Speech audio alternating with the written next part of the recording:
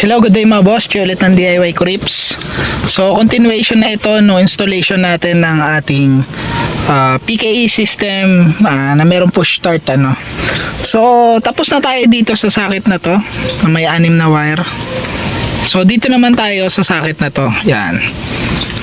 Di bali ito is 10 yung wire nito pero tinanggal na natin yung dalawa niyan. So doon sa mga nakasubaybay sa mga video natin no, tinanggal na natin diyan yung hindi natin gagamitin, which is etong trunk output na negative, hindi natin kailangan yan. At saka yung side door switch na positive, di natin kailangan yan.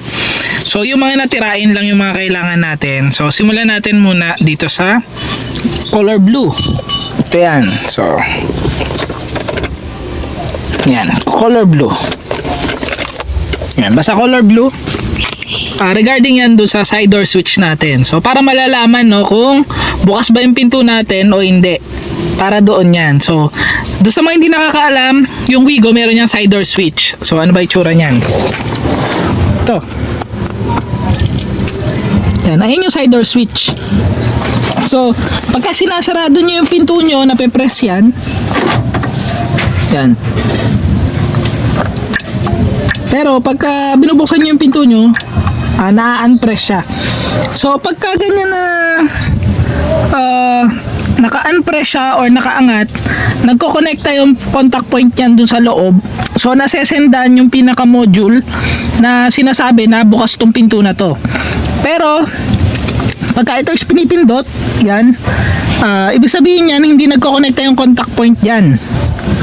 So wala siyang isasend na signal na bukas yung pinto. Ayun yung pinaka-sense nitong side door switch. So ang gagawin nyo lang naman, tatanggalin nyo tong molding na to. Meron isang wire dyan, isang wire lang yun. Ayun yung pagtatapan nyo, itatap nyo dun, i-connecta nyo dito sa kulay blue na wire. Yan, kukonekta nyo dito. So 4 yung door switch natin no. Sa, syempre kada pinto meron yan. Yan, kada pinto meron. Iba-iba kasi yan ano, per sasakyan. Pero dito kasi sa Wigo, independent sila. Yan. So, hindi sila magkakakonekta lahat. So, pagka ito lang yung tinap nyo doon sa color blue na wire dito sa ating harness, pagka ayan lang yung tinap nyo, ayan lang yung madedetect niya kung bukas o sarado. Ito lang. So, yung ibang pinto, pagka hindi nyo tinap at binuksan nyo yung pinto, hindi niya madedetect yun. So, dapat lahat sila i-connecta nyo dito sa color blue. Yan. So lahat yun ano, tanggalin nyo yung mga moldings, isang wire lang yun, hindi nyo mag-tap doon. Next naman, handbrake. So negative. Ang handbrake natin negative talaga yan. Pero hindi nyo pang baklasin tong mga to. Meron akong video before niya kung paano magbaklas nung ganito. Makikita nyo yung pinaka handbrake na wire malapit dito sa handbrake, dito sa side na to. Hindi ko nababaklasin to no. Gumawa na kasi ako video nung before. Hindi yung baklasin, dun kayo magtatap. Ang problema lang, ayan na, yung color gray, mahaba-habang pagapang yan.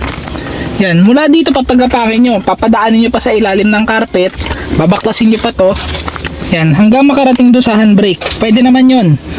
Pero isang simplest way na pwede nyong gawin is eto, itap nyo lang sa body ground. Kailangan lang naman kasi ng negative supply nyan. Hanap lang kayo ng metal part ng sasakyan nyo na may screw, pwede nyo doon i-tap yan. Lagyan nyo na lang ng ring terminal. So dito meron yan, to pwede kayo mag-tap dyan. Yan. So lagyan nyo lang ng ring terminal. Yan. Tapos orange foot brake. Yan. So ayan yung parang sa brake light natin. So mamaya itatrack natin yan. Car alarm siren. So ito meron kasing kasamang siren na yung pinaka binili natin na package ito. Yan. May kasama ng car alarm siren yan. So negative. Yung kulay pink. Ito. Yan. Itong kulay pink, itap nyo dun sa negative ng car siren. Yung positive ng car siren, pwede nyo itap sa battery. Lagyan nyo lang ng fuse, kahit na siguro mga 5 amperes na fuse, pwede na yon. Tapos direction light, kulay brown. Dalawa yung direction light na yan, ano. Ibig sabihin ng direction light, signal light yan. So pareha silang kulay brown. So mamaya ituturo ko rin sa inyo kung saan yung pwedeng makita yung pinaka signal light natin na wire. Etong oil pump signal na positive, so pwede naman nating hanapin yung oil pump na wire. Pero ang pinakasimple kasi nito, itap nyo na lang to sa positive ng battery. Yan, kailangan sa constant positive na meron, ano. So pwede rin to, tap nyo to sa positive ng battery. Pwede nyo nang pagsamahin to sa positive ng siren kanina. Isang fuse na lang sila, 5 amperes, pwede na yon. Signal lang naman kasi ang kailangan na itong oil pump eh. Tapos door switch positive, tinanggal natin yan kasi negative supply talaga yung door switch ng Wigo. Ito trunk output positive. So yung Wigo, walang trunk release yan na actuator. So pwede naman yan, bibili lang kayo ng actuator. So lalagay ako ng picture dyan. So yung actuator na yun, dalawa lang yung wire, isang positive, isang negative. So itong white black, itap nyo doon sa positive. Yung negative naman ng actuator, lagay nyo lang sa body ground. Yan. So ngayon, hanapin naman natin is yung foot brake or yung brake light, tapos yung left and right signal. Yan. Kasi yung iba kasi pwede natin itap sa battery at saka itap sa negative or doon sa body ground. So punta tayo dito sa ilalim ng ating fuse box.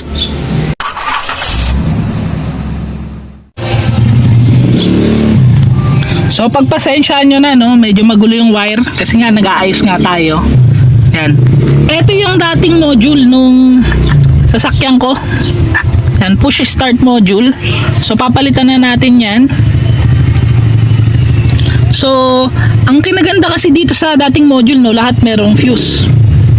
Yan. Yung bago natin walang fuse, pero siya secured siya ng fuse. So ang kinaganda pa sa kanya, meron siya mga label. Yan, no. Diba? So, tinrack ko na lang para hindi na ako mahirapan. Yan, o.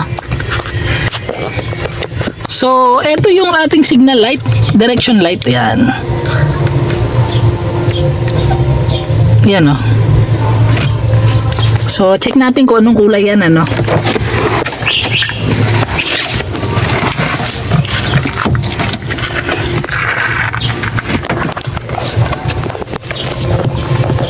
So parehas sila dito sa itim na socket. Diyan nyo kukuhain. Yung isang direction light natin, ito parang kulay purple to. Ito parang kulay gray. Yan, ito pang-apat na slot, 1, 2, 3, 4. Ayan yung isang signal light natin.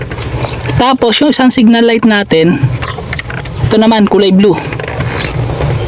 Dito naman siya sa kabilang hilera, pinakaunang wire. Yan, ito kulay blue. Ayan yung ating direction light or yung signal light. Yan, dyan natin sila itatap. Ito, itong kulay gray at saka itong kulay blue, signal light yan. Asa naman yung brake light natin? Yung brake light natin is nandito naman sa puting socket. Ito, yan, ito siya, parang kulay blue din. Yan, to dito kayo magtatap, dito sa pangalawang terminal. Yan, parang blue din eh, parang blue gray. Yan, ayan yung pinaka brake light natin. So kasi dito meron naka label dito eh. Ayan, foot brake. Yan, brake light yan. So ganun, ano. Hindi ko napapakita sa inyo kung paano ko siya i-wiring. Ang mahalaga naman dito, nalaman natin kung ano yung mga color codes nila. So abangan nyo naman yung third video natin regarding naman yon dito sa ating central locking system. So yung central locking system ay yung pagka nag-unlock and lock ng pinto. Pagka hindi nyo kinabit ito, always open yung pintuan nyo, pwede kayong pasukin. So para doon yung ating central locking system, ano. So abangan nyo yung next video natin. So tapusin ko na muna to. Ingat kayong lahat, ride safe, God bless.